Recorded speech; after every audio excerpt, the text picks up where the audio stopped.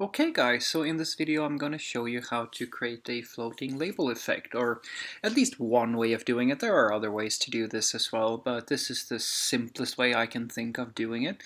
So a floating label is just that you select an element and hey, you can see that the text shrinks and kind of goes up to the side like that, and if I deselect it, it goes back.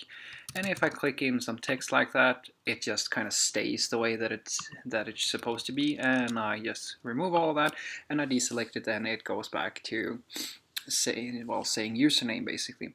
So let's have a look at how this is actually implemented. So I have this little form here which I can submit, and then I have this wrapper called a form row.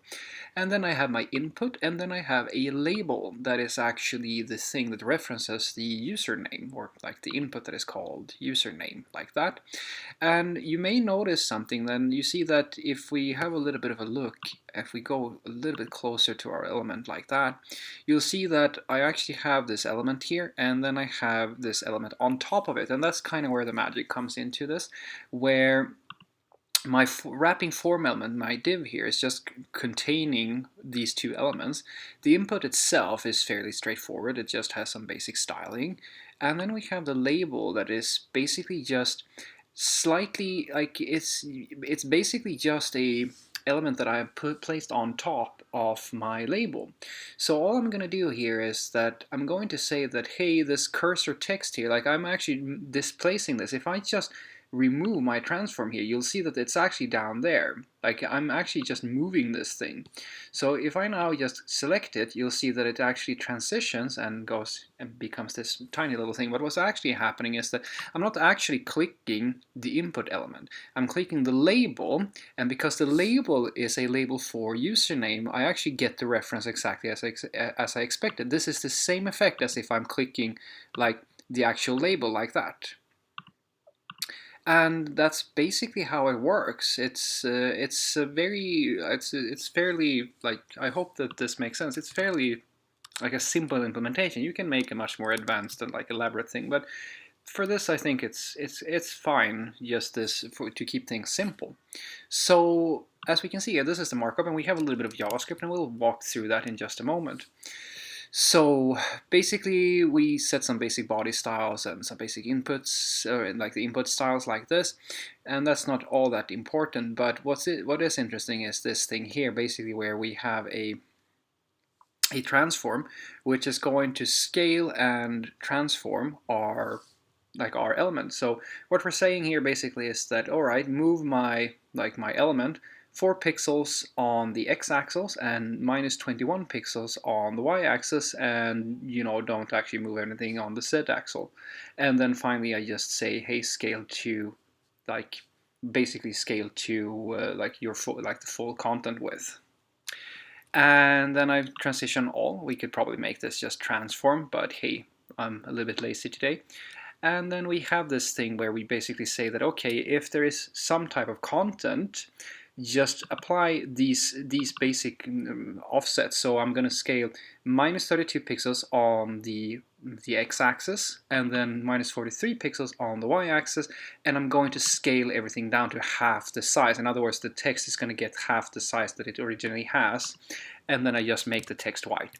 And that's exactly what's happening here. So that's the entire effect right there. And this is, yeah, it's basically a very simple way for you to implement how to actually support this type of label floating text effect, if you will.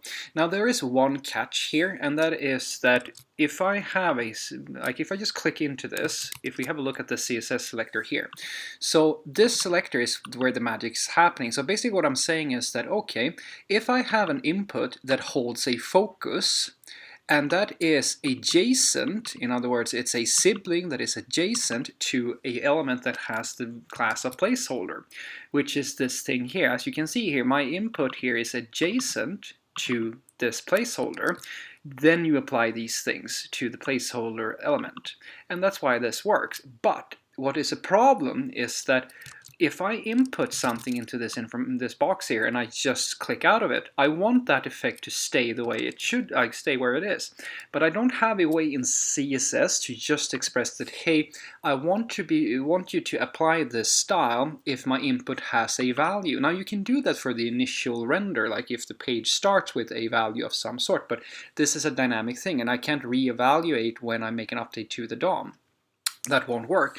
And because I need to be able to do this, I need to have a little bit of JavaScript.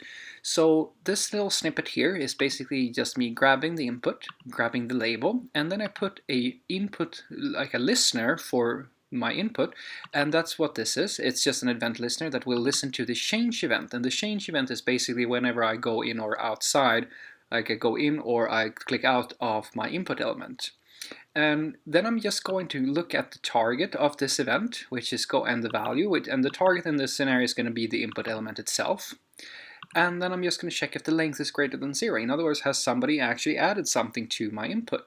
If I see that there is something in there, I will simply add has content, this class, to the label, and otherwise I'll simply remove it. And that's all there is to it.